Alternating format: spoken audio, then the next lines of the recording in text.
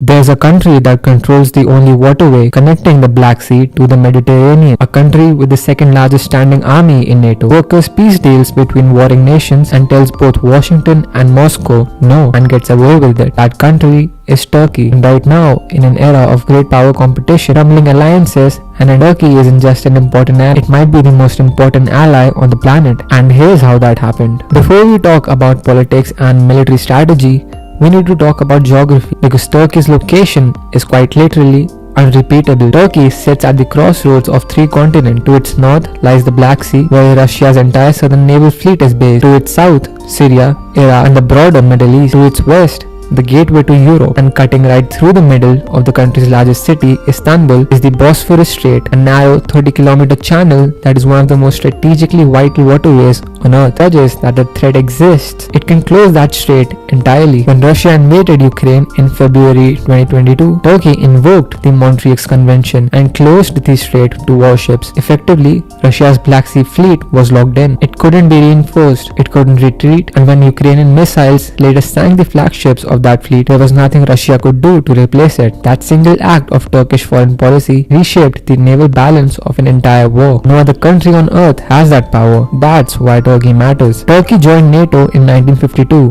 Just 3 years after the alliance was founded. It was a loyal, if sometimes difficult partner, but the relationship has always been complicated. Turkey hosts Incirlik Air Base, one of the most strategically important military installations on the planet. Roughly 50 American B-61 nuclear bombs are stored there. The base sits just 70 miles from the Syrian border in the Middle East and Central Asia for the past 30 years. If America ever loses access to Incirlik, it would lose its most critical forward operating position in the region. It would have to fly missions from aircraft carriers in the Mediterranean or from bases in the Gulf. Vastly more expensive, slower, and logistically complicated. Turkey knows this, and so does Washington. But here's where it gets uncomfortable. Turkey is also a NATO member that bought Russia's S-400 missile defense system, a system so incompatible with NATO infrastructure that the US kicked Turkey out of the F-35 program in retaliation. Turkey essentially said, "We'll buy whatever weapons we want from whoever we want, and there's nothing you can do about it." They were right. There was nothing NATO could do. You can't kick your second largest army out of the alliance. Consider what Turkey did during the Russia-Ukraine war alone. It closed the Bosphorus to Russian warships, massive win for Ukraine and NATO, but it also refused to join Western sanctions on Russia, allowing Turkish banks and companies to continue trading with Moscow, giving Russia an economic lifeline the West couldn't fully strangle. It sold Ukraine its most lethal weapon in the early days of war, the Bayraktar TB2 drone. These drones destroyed Russian armor convoys and became a symbol of Ukrainian resistance. But Turkey also maintained its relationship with Moscow and positioned itself as the key mediator. In 2022, it was Turkey, not the US, not the EU, not the UN alone, that brokered the Black Sea grain deal, allowing Ukrainian grain to flow to the developing world and prevent a global food crisis. The deal was signed in Istanbul. It was a Turkish triumph. Turkey's rise as a military power isn't just about geography or diplomacy. Over the past decade, Turkey has quietly become one of the most significant defense exporters, and its drones change the nature of modern warfare. The Bayraktar TB2 is a medium-altitude, low-endurance drone that sells for a fraction of American or Israeli equivalents, around $5 million per unit. It's been sold to Ukraine, Azerbaijan, Ethiopia, Somalia, and dozens of other countries. This gave Turkey enormous soft power. Countries that couldn't afford American or European hardware could now buy Turkish drones, and with them, a security relationship with Ankara. Turkey is now developing TB3, designed to operate from aircraft carriers. Its defense industry has gone from importing 80% of its military equipment in 2002 to exporting billions of dollars of hardware today. In Azerbaijan's 2020 war with Armenia, TB2 drones essentially decided the outcome. Armenian armored columns were destroyed in days. Military analysts call it the first drone-dominated war in history. Turkey hosts more refugees than any other country on earth, over 3.5 million Syrians plus millions more from Afghanistan and elsewhere, and Europe knows that if Turkey opens its border, that number can change overnight. In 2016, Turkey and the EU signed a deal. Turkey would prevent migrants from coming into Europe in exchange for billions in EU funding and other concessions. The deal effectively outsourced Europe's border security to Ankara.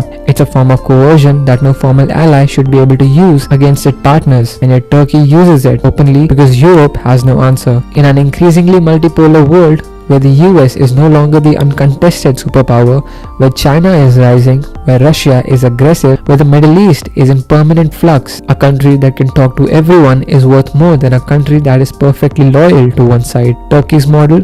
Call it strategic autonomy, call it multi-vector foreign policy, call it whatever you like, is being studied and copied. Hungary, India, Saudi Arabia, the UAE are all pursuing versions of Turkey's playbook, refusing to fully align, extracting leverage from both sides of every divide. But Turkey was there first, and it has the geography, the military, the drones, the refugees, and the Bosphorus to back it up. The world's most valuable ally isn't always the most loyal one. Sometimes it's the one that everyone needs, and no one can afford to lose. Turkey figured that out a long time ago. Thank you for watching the video. Like and subscribe for more.